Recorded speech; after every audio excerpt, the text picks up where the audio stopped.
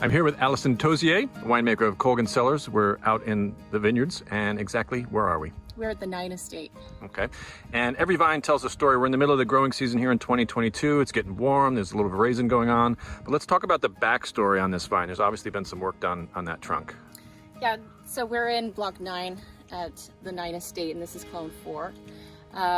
What we've learned in the last 20 years, the vineyard was planted in 2000, is that the head height originally was at 24 inches, and we about 10 years ago started raising the head height of our pruning so as to bring the fruiting wire, or the height of the fruit, a little further off the ground so that we get a little less radiation of heat from the soil both during the day and at night.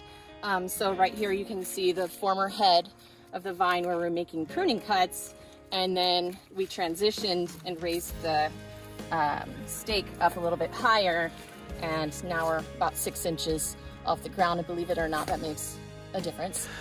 And so that's something that you've learned over the years, and now in terms of this year, what are you doing with the canopy and the fruit zone here? Yeah, and so that's the raising of the head height, something we've rolled out through most of our vineyards actually.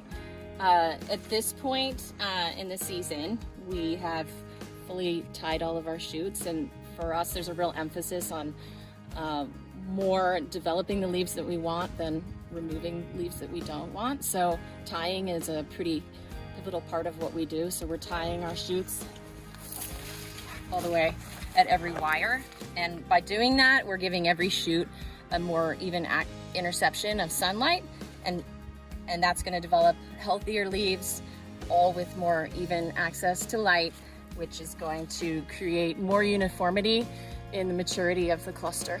So that's kind of opposite of what most people think about in terms of leaf thinning, which is the thing you do to open up the canopy, get the airflow in there, the sunlight in there. You're kind of mitigating the sun because of where you are. Right. At the elevation that we're at, which is about 1,100 to 1,300 feet, we have a pretty incredible solar radiation. That being said, it's actually not as hot up here because we're kind of above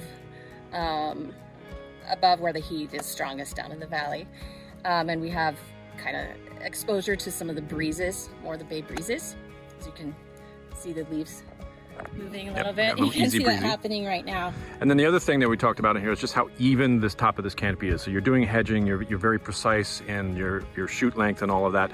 Why exactly are you doing that? So the hedging will come in just the right time, while the vine still has some energy to continue its growth. We'll hedge the top, and what we want to happen actually is to stimulate some of this lateral growth. It's the growth that happens from the shoot onto the sides, and that's giving us protection, natural protection, giving the cluster some shade, so it can have, during its ripening period, it can have a good mixture of both dappled light and shade.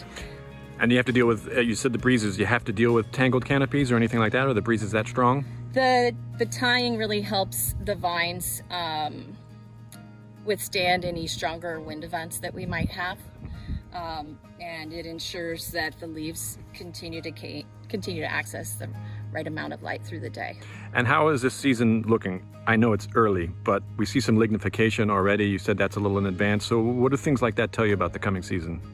And show us where the lignification is. So so the period we're at right now is the growth is tapered off, and when we see tendrils drying like this, then we know that the vine is shifting from a vegetative or a growing state into a ripening state.